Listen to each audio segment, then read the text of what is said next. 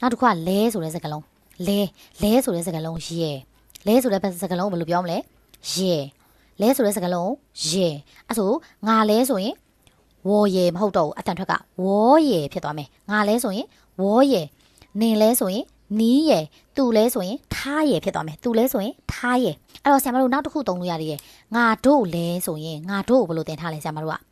ဝေါ်မိန်လို့တင်ထားမဟုတ်လားငါတို့ဆိုရင်ဝေါ်မိန်လဲဆိုရင်ရဲအဲ့တော့ငါတို့လဲဆိုရင်ဝေါ်မိန်ရဲ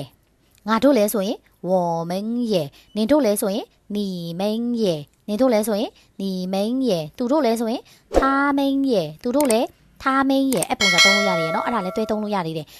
ဒီတစ်နားလဲပြီဆိုရင်ဆရာမတို့ကเนาะဒီမှာအဖေအမေ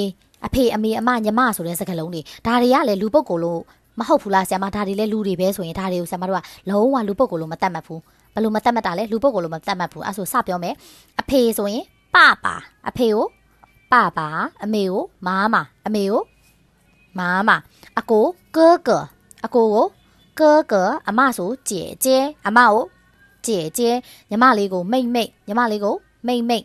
ဒီနေရာမှာဆရာမတို့ကမှကြည့်အဖေဆိုပပါအမေဆိုမမာတွေကော့ကော်တွေကြဲကြဲတွေလောက်ခဲ့လို့မရဘူးအဖေဆိုရင်ပပါအမေဆိုရင်မမာအကိုဆို哥哥အမဆိုရင်姐姐ညီမလေးဆိုရင်မိတ်ညီလေးမောင်လေးဆိုရင်တီတငယ်ချင်းဆိုရင်朋友မိဘဆိုရင်父母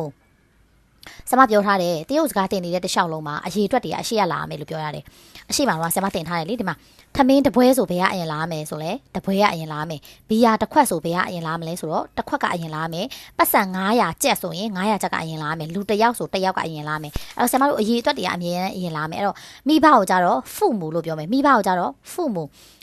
lesson 2မှာတင်ထားတဲ့နှစ်ကိုနံပါတ်1ကိုရောက်နဲ့ခုရောက်နဲ့တွားသုံးနေဆိုရင်အဲ့နဲ့သုံးလို့ရလားမရဘူးဘာနဲ့သုံးမယ်ဆိုလျံနဲ့သုံးမယ်ဒီဦးကိုပါဆိုတဲ့စကားလုံး weight ပြောမယ်အဲ့တော့ဆရာမတို့ကဒီမှာ2ဦး2ပါးရေးထားတဲ့အတွက်ဘာဖြစ်လဲဆိုတော့လျံ weight တကယ်လို့ဒီနေရာမှာ2မဟုတ်တော့ဘဲနဲ့3ဦး3ပါးလို့ရေးထားတယ်ဆိုရင်sun weight ဒီနေရာမှာ5ဦး5ပါးလို့ရေးထားတယ်ဆိုရင် wu weight ဖြစ်သွားမယ်ဒီနေရာမှာပြောင်းသွားမယ်เนาะအဲ့တော့ဆရာမတို့ကမိဘ2ပါးလို့ရေးတော့မယ်ဘယ်လိုရေးမှာလဲမိဘ2ပါးလို့ရေးမယ်ဆိုရင်ဆရာမတို့က